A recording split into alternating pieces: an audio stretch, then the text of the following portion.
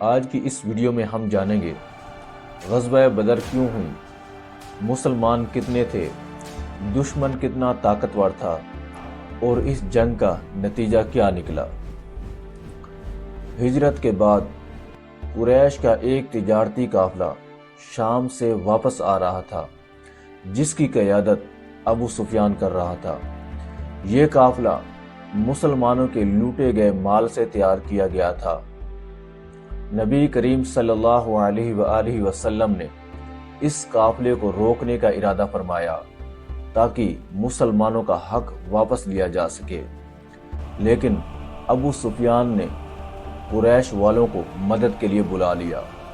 جنگ ہمیشہ کے لیے حق اور باطل کے درمیان ایک واضح لکیر بن گئی۔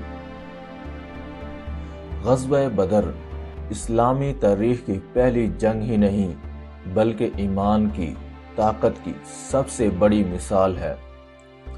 اگر آپ کو یہ ویڈیو معلوماتی لگی ہو تو لائک کریں اور میرے چینل کو سبسکرائب کریں۔